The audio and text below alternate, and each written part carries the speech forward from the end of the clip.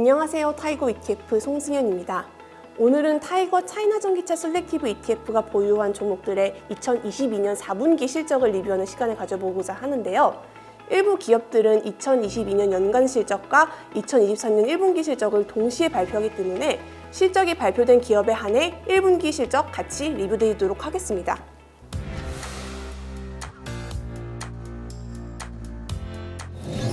이번 시간에는 2022년 중국 전기차 시장 리뷰, 그리고 그 밸류체인 내 기업들, 즉 리튬이나 양극재 같은 소재부터 배터리셀, 완성차 기업들의 최근 어떠한 국면을 맞이하고 있는지 점검하고자 합니다. 먼저 2022년과 2023년 1분기까지 중국 전기차 시장이 어떻게 변화했는지 되짚어 보겠습니다. 작년 한 해 중국 전기차 판매량은 역대 최고를 기록하면서 전기차 침투율 역시 20%를 돌파했는데요.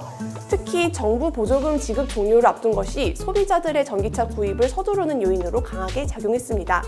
이에 따라 작년 하반기 이후 시장 일각에서는 올해 전기차 판매량 및 침투율 상승세가 둔화될 것이다 라고 전망하기 시작했는데요.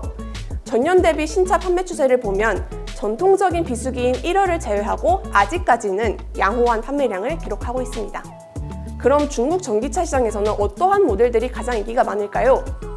2022년 중국 전기차 시장에서 관찰된 강한 현상은 바로 로컬 브랜드의 약진이었습니다. 상반기만 해도 신에너지차 판매량 1위를 꾸준히 유지해왔던 테슬라는 3분기 들어 그 1위를 BYD에게 넘겼습니다. 송, 진 등 전기차와 하이브리드 모델이 같이 있는 왕조 라인과 더불어 새로 출시된 돌핀 등 순수 전기차 라인업까지 큰 인기를 끈 것이 시장 점유율 확대 요인이었습니다. 이에 따라 작년 하반기 들어 테슬라는 이례적으로 차량 가격을 인하한 데다 자동차 보험 보조금을 제공하는 프로모션을 내놓았고요. 벤츠 역시 자차 전기차 라인업의 가격 인하를 단행했습니다. 콧대 높았던 글로벌 브랜드들의 이러한 공격적인 프로모션 움직임은 결국 경쟁 상대인 중국 로컬 브랜드의 전기차 모델들이 그만큼 경쟁력을 확보했다는 것을 의미하며, 나아가 전기차 전반적인 가격 인하로 인해 전기차 침투율이 높아지고 시장 확장 기조가 이어질 가능성을 내포한다라고 보실 수 있겠습니다. 이렇게 중국 전기차 기업들의 경쟁력이 중국 시장에서 확인되는 가운데 중국 기업들의 해외 진출도 활발해지는 추세입니다. 두 리튬 기업의 경우 리튬 원석의 원활한 공급을 위해 자국뿐만 아니라 칠레, 호주 등 해외 리튬 광산 지분 확보에 열을 올리고 있고요. BYD 역시 본격적으로 해외 진출을 선언한 가운데 해외, 특히 동유럽 및 동남아 시장 확대를 위해 해외 생산시설 확대를 고려하는 중입니다. 밸류체인 가운데 있는 중간재 및 배터리셀 기업들의 적극적인 해외 진출 역시 눈에 띄는 부분인데요. 대표적으로 배터리셀 대장주 CATL은 독일 튜링겐 지역에 생산시설을 건설 중인데 이어 벤츠와 함께 헝가리 동부의 두 번째 공장 건설을 발표했습니다. 무엇보다도 미국이 인플레이션 감축법으로 중국 전기차 밸류체인 기업들에 대한 견제를 시작한 가운데 중국 기업들의 자회사 혹은 합작회사를 통한 미국 현지 진출 소식 역시 늘어나고 있습니다. 습식 분리막 1위 기업인 창신신소재가 미국 오하이오주 시드니에, 배터리셀 기업 거시안이 미시건주 빅래피드에 공동 건설을 발표했는데요. CATL은 포드와 협력을 통해 미시건주 멀셜에 공장 착공 소식을 발표한 바 있습니다. 물론 해상 추적권이 발표된 이후 연방 정부의 대중견대 스탠스 및 ESG 관련 우려가 현지 언론을 통해 지속적으로 제기되고 있긴 합니다만, 주 정부는 일자리 확대 및 지역 경제 강화를 위해서 해당 투자권의 우호적인 입장을 견지하고 있어 긍정적으로 지켜볼 필요가 있다는 판단입니다.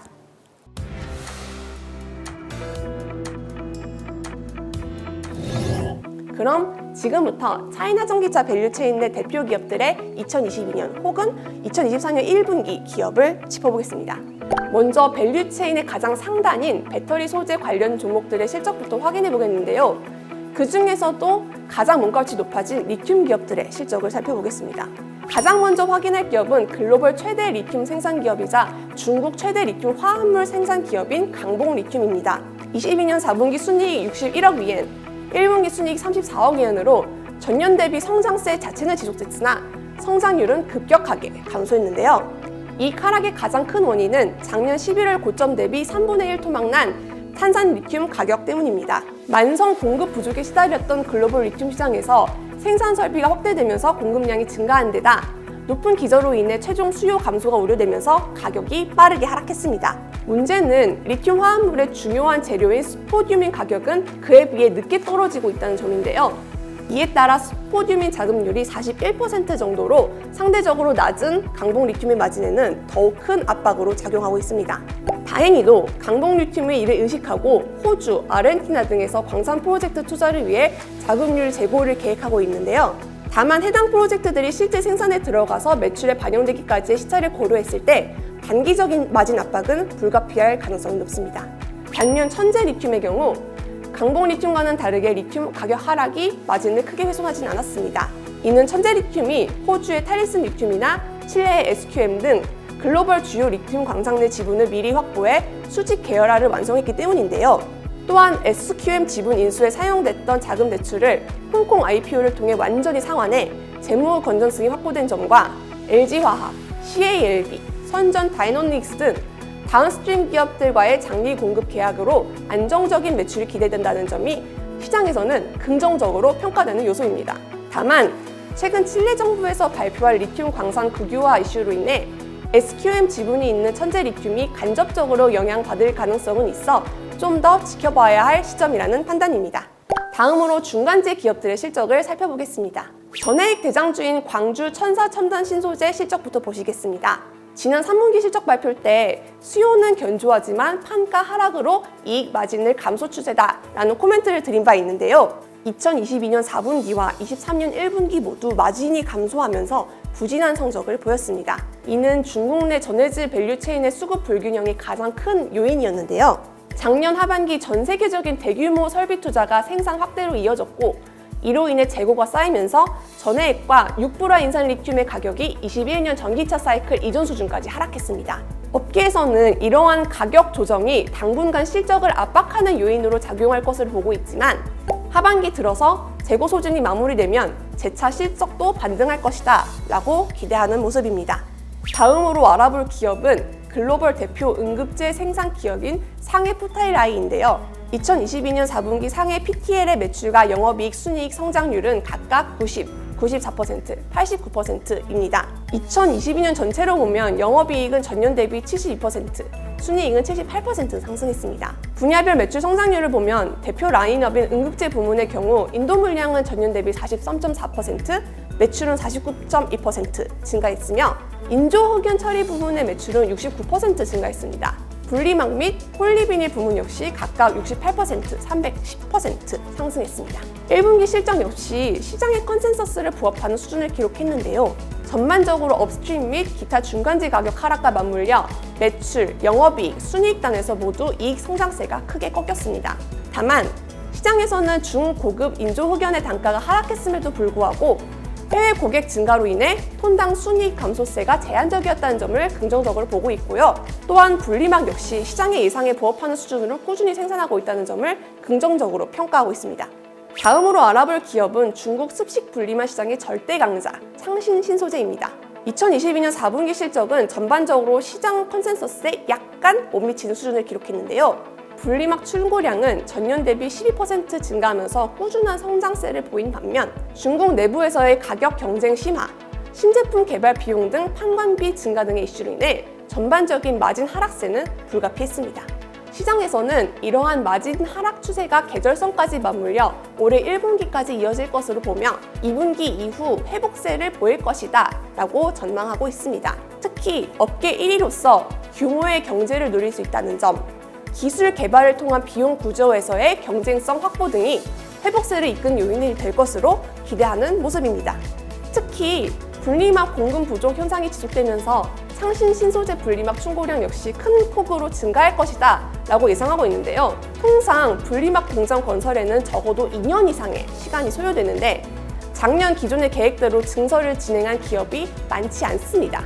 반면 창신신소재는 22년 65억 제곱미터 규모의 설비를 완성했고요.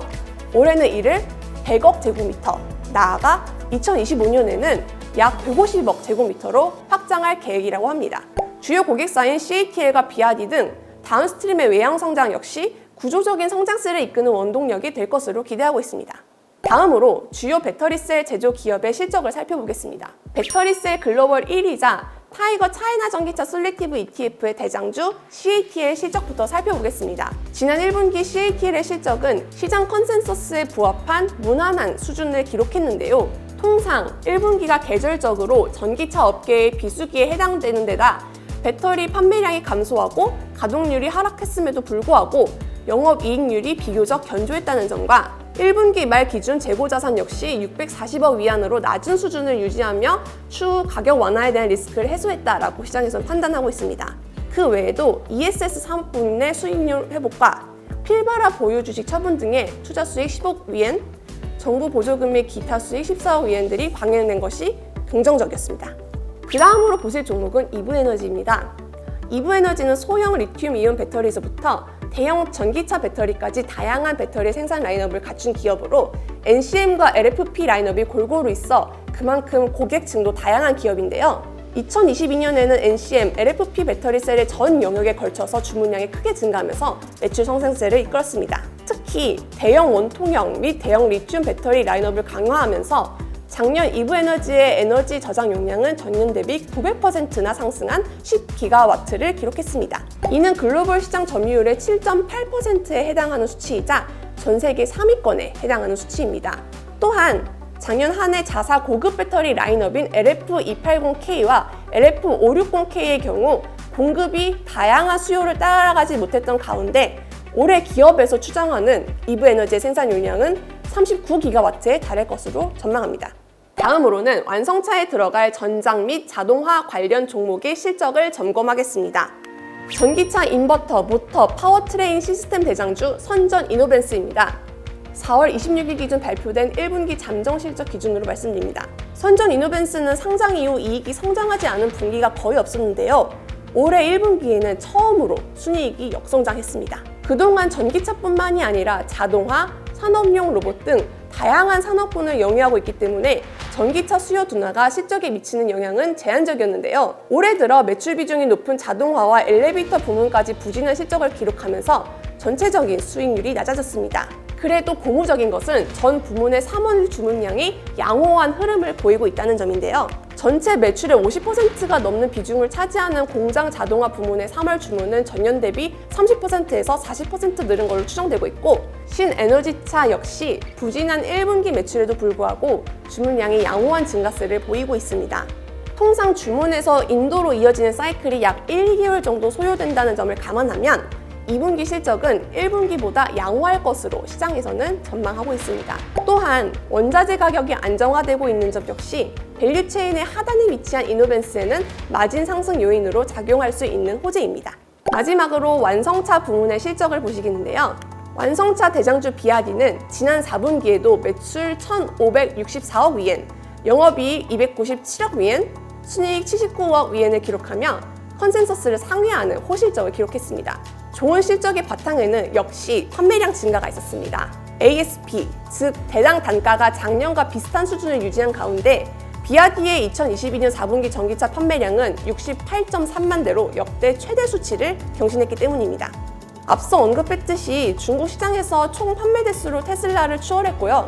해외 시장에서도 6월 이후 본격적으로 진출하면서 11월 이후 꾸준히 10,000대 이상의 판매량을 기록하고 있습니다. 한편 작년 하반기 전기차 수요 둔화가 예측되는 가운데 테슬라, 벤츠 등 주요 완성차 브랜드들이 일제히 가격 인하에 나섰는데요. 비아디도 올 3월 들어 송플러스, 실 등 일부 라인업 가격을 3% 정도 인하해 가격 인하 움직임에 동참했습니다.